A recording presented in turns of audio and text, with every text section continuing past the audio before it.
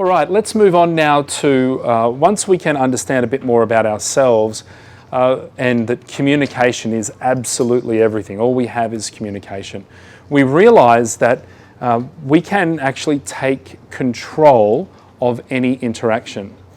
See, chances are you've been in a scenario at some point, or you will be one soon, where you've actually given instruction to an individual, and in doing so, you've given an instruction, but they haven't completed or followed through on delivering result. Anyone had that before, where you thought you'd been really clear on an instruction, and the reality is that all of a sudden what you got back was not what you're asking?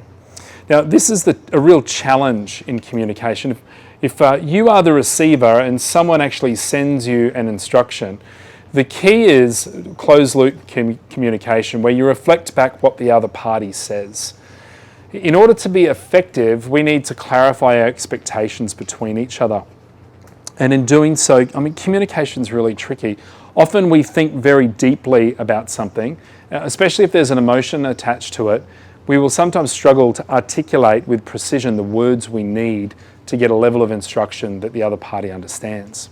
That's why in communication it needs to be a closed loop where we bounce it back to each other. In fact, they're the words that we have found most effective is allow me to bounce that back to you. In a work environment like our global office environments that we're in, whether it's in person, on Zoom meetings, via Slack or live chat or some other form of communication, telephones as well, using words like allow me to bounce it back to you and repeating back what the instructions are critical, because chances are the person that's been communicating to you didn't say exactly what they're after. Now, a visual example of this comes to us from the good old Where's Wally or Where's Waldo, depending on what part of the world that you're in. If I was to say to you, where's Wally, and Wally's got a red and white striped shirt, and you knew the game of Where's Wally, if you responded to me with something like along the lines of, he's on the page, well, I'd say that's a bit of a cute response, but you would be accurate. Okay, you'd be accurate in saying that he's on the page. Now, at this point in time, I would say, I could get upset and frustrated with the person and say, well, that wasn't what I was asking for. Would that be helpful? Not really. So what I can do is I can control my physiology, I can live above the line, I can recognize even if I'm frustrated with a response and actually go, that's on me. I'm responsible and accountable. Therefore, I will rephrase my question to one that will deliver more precision.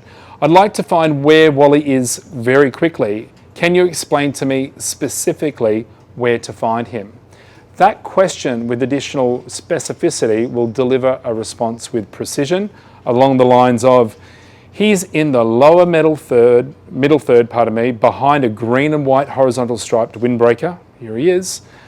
And he's on the right-hand end. And he's quite camouflaged. You may or may not be able to see him on the screen. For those that are on the Zoom, I'll put it right here. There he is on the screen. There's Wally. Now, whose fault was it in the communication when it came to asking a question? Now, if we started to go with fault, it probably starts to lead us towards blame. So we could say that differently now. Who's responsible for ensuring we get a great outcome in communication?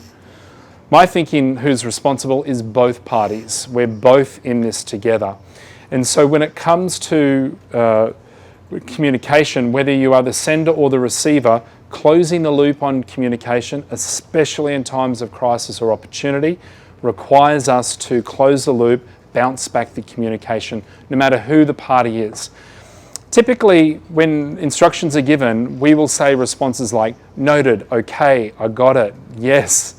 Right? All of these are very unhelpful to know whether or not communication has been precise.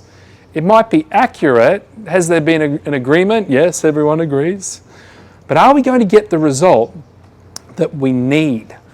And so when under pressure of opportunity or crisis, more than ever, we need to be able to reply or respond back, bounce back what the other party has said to ensure for precision versus accuracy.